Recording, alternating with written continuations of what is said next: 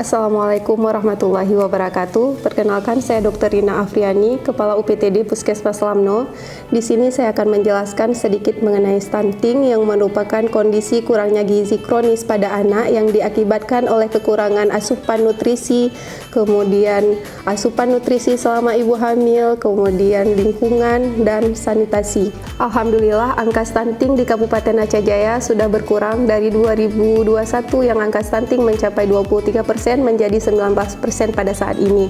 Sebelumnya kami ucapkan banyak terima kasih kepada pihak Baitul Mal Aceh yang telah ikut serta untuk mengurangi angka stunting di Kabupaten Aceh Jaya, khususnya dalam memberikan bantuan berupa jamban sehat, kemudian berupa bantuan tunai zakat kepada ibu hamil kek untuk mencegah angka stunting.